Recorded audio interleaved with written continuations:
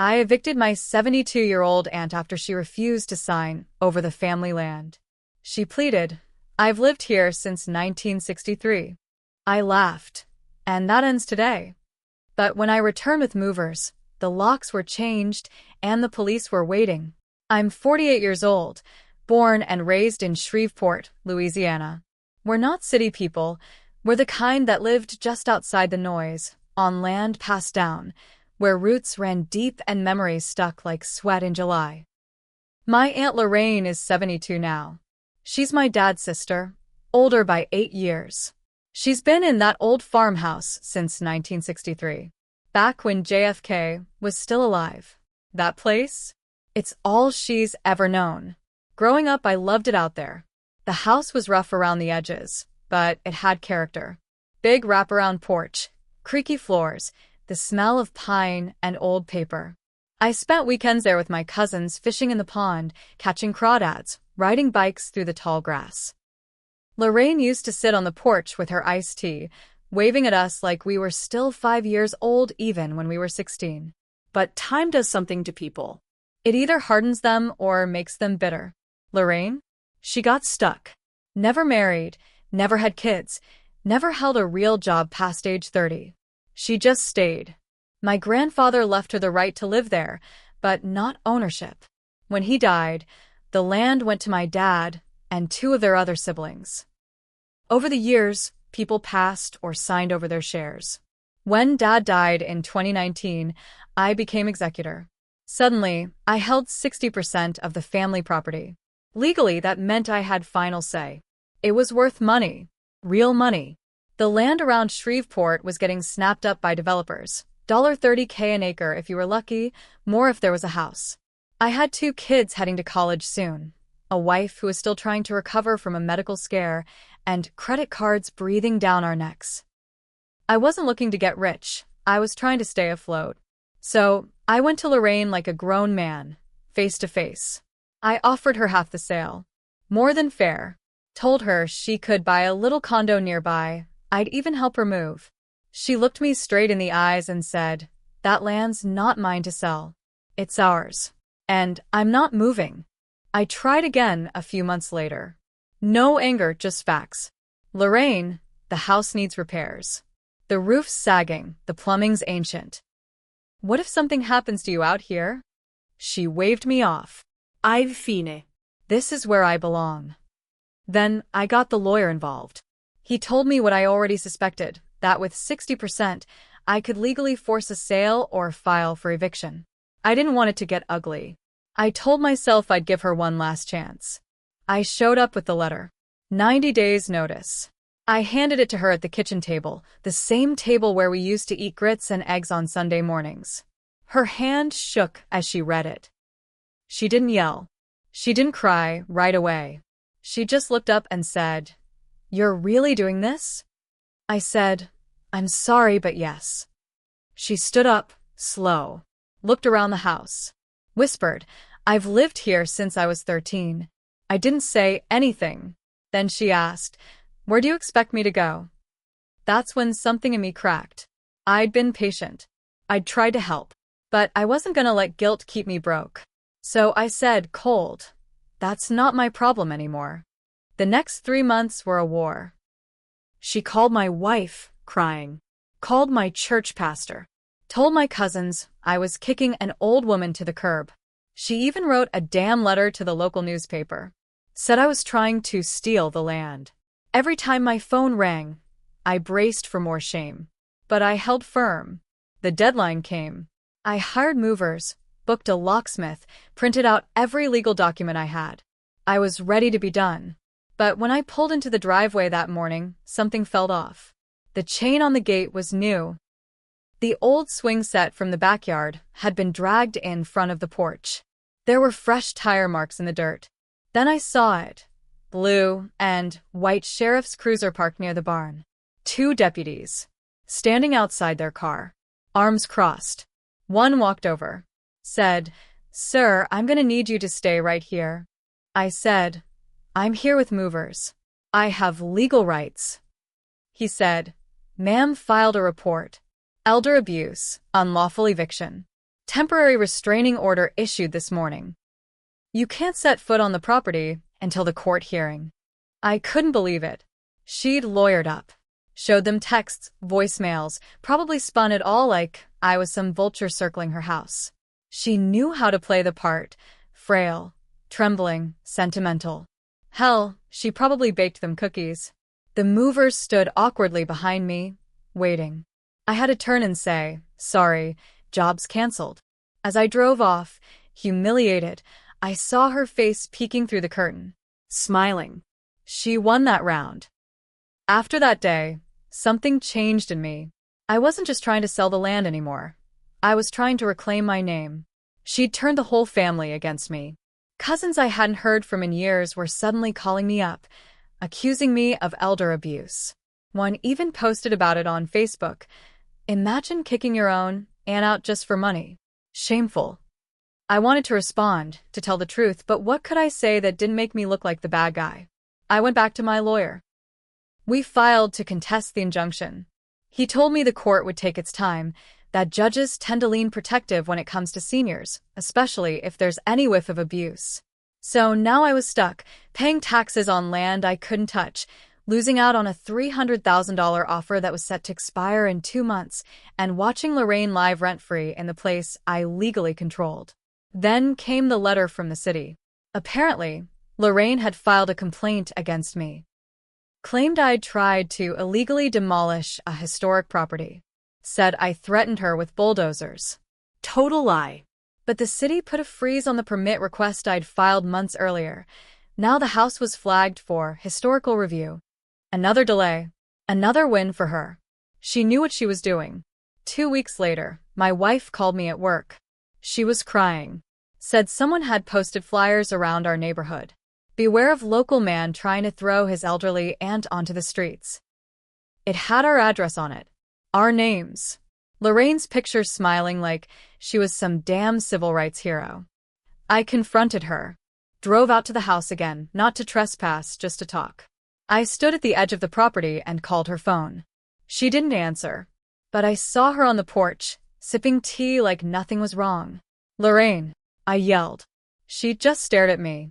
You're turning this into a war. She raised her glass like she was toasting. That night, I started digging. I found out she hadn't paid property taxes in years. I had. The bills had been going to my father's old P.O. box, which I'd taken over. My name was on the county records. She was living there, talking about family pride and legacy, while I was footing the damn bill. So, I went after her legally. Filed for reimbursement. Sued her in small claims court for back taxes and maintenance. She didn't show up to the first hearing. Claimed illness. Sent a note from some shady clinic out in Bossier Parish. Then I started getting anonymous calls in the middle of the night. Breathing. Hanging up. Once someone whispered, "You're gonna regret this." I couldn't prove it was her, but come on. Who else would go that far? My wife was scared. My kids were confused. And I was starting to lose it. But the worst came during Thanksgiving. My cousin Ava, who owns 20% of the land, invited us over. Said she wanted to make peace. We went hoping to finally talk this out like adults. Instead, Lorraine was there, sitting at the head of the table like a damn queen. She acted like nothing had happened. Kept talking about the good old days, laughing, hugging people, offering slices of pie. Then she looked at me and said, "You remember that treehouse your dad built out there? Still standing. Maybe your kids can visit it someday, if you're ever allowed back." Everyone laughed. I stood up. My hands were shaking. My wife tried to pull me back down. But I said, loud and clear, "Enjoy this while you can. It's temporary." She smiled like she knew something I didn't. That night, I got an email from a private investigator I'd hired quietly. He'd found something. Lorraine wasn't just holding on to the land out of principle. She'd already sold mineral rights to a drilling company, under the table, through a loophole with a cousin's name. For cash. Tens of thousands. Maybe more. She'd been cashing in behind the scenes while painting me as the villain. And now? Now I wasn't just angry. I was ready to destroy her. The mineral rights deal changed everything. It wasn't just about family pride or history anymore. Lorraine was playing both sides, selling pieces of the land out from under me while calling me greedy in public. I felt like a damn fool. She'd used nostalgia as a weapon, and I'd fallen for it. The investigator gave me more. The buyer was a small energy outfit based out of Houston. Lorraine hadn't sold the rights in her name. She'd used Ava, our cousin, as a proxy. That same Ava who smiled across the table at Thanksgiving, who hugged my wife and said, "Family first." She was in on it the whole time. Ava owned 20%, and now I knew why she never pushed for a sale. She was already getting paid. Monthly royalties, direct deposits under a private LLC. Clean, quiet, hidden. They thought no one would dig that deep. But I had proof now. I took it to my lawyer. He sat back in his chair, shaking his head. "This isn't just shady," he said. "This is fraud." We filed to freeze all transactions on the land until the mineral rights transfer could be reviewed. Then we filed a motion to challenge Ava's management rights, since she'd failed to disclose financial conflicts. That got the court's attention. Suddenly, we weren't just some family squabbling over dirt. We were a legal case. Then came the next hit. I got a call from my boss in Dallas. "Hey, I got a weird message. Someone mailed HR a packet with your name on it." He didn't say it directly, but I knew what he meant. Lorraine, or Ava, had sent a complaint. They'd gone through my personal life, pulled public records, even hinted at financial coercion and elder exploitation, trying to make me look toxic at work. I asked him, "Am I in trouble?" He paused. "No, not yet. "But you should clean up whatever mess you're in." So now my job was at risk. My family was being stalked. And the land, my land, was making other people rich while bleeding me dry. But the worst part? Lorraine wasn't alone out there anymore. The investigator told me a man had moved into the house with her. Not a boyfriend. Not a caretaker. A lawyer. A slick, sharp-dressed guy from Baton Rouge who specialized in property disputes. Apparently, he'd taken up residence on the land to establish tenancy. That meant even if I won in court, I couldn't just send movers. Now I'd have to go through eviction procedures for him too. Months more delay. And guess what? This lawyer had history with Ava. Used to work on her divorce. So now it was clear. This wasn't just Lorraine being stubborn. It was a coordinated plan. They were stalling, draining me, and cashing in all at once, keeping me stuck in legal purgatory while they squeezed every dollar they could from the property. I'd been fighting fair, playing by the rules. That was about to change. I stopped sleeping, started living out of a suitcase in Dallas, drinking coffee late into the night while scanning court documents and bank statements. Every day I looked at that land my grandfather worked with his bare hands, being bled dry by a woman who called herself family and a cousin who smiled while lying to my face. But I wasn't helpless anymore. First, I turned up the legal pressure. My lawyer filed a fraud complaint with the state against Ava for failing to disclose income tied to a jointly owned asset. We provided the LLC records, the wire transfers, and signed mineral leases, proof she and Lorraine had been siphoning money from the land for nearly 2 years. The judge froze Ava's 20% share immediately. No more money. No more decisions. She was out. Then I focused on Lorraine's lawyer, the man who had moved in under the guise of caretaker. I subpoenaed his lease agreement. Turns out, Lorraine had signed a private tenancy protection clause giving him squatters' rights, dated a week after she filed the elder abuse complaint against me. I was livid, but we didn't go after him directly.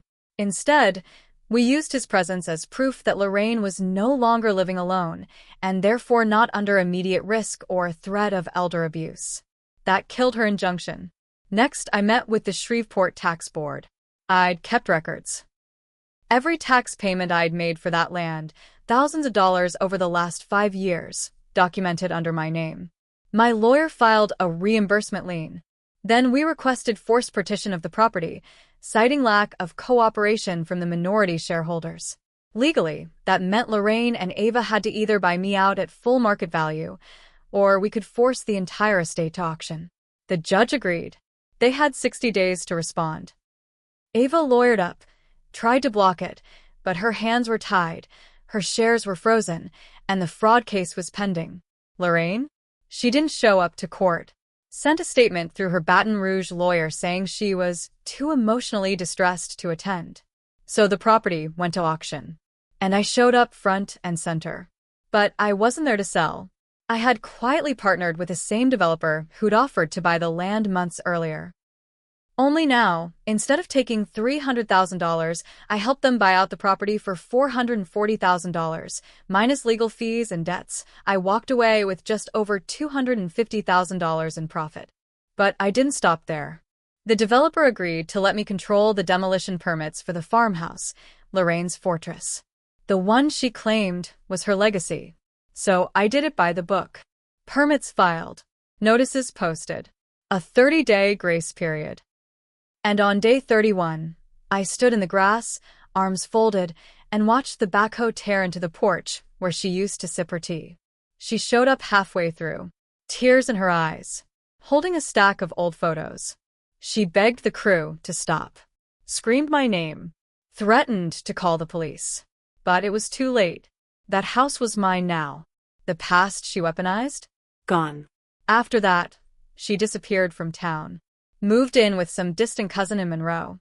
Ava pled out to civil fraud. Had to pay back most of what she made and lost her share of the land completely. Last I heard, she sold her car and moved to Arkansas. And me? I took the payout. Cleared our debts. Paid off the house in Dallas. My kids are both in college now. I sleep easy again. I still think about the land sometimes. Not out of guilt. There's none of that left. Just a strange mix of anger and sadness. We could have worked it out. We could have all come out ahead. But Lorraine made it war. And I finished it.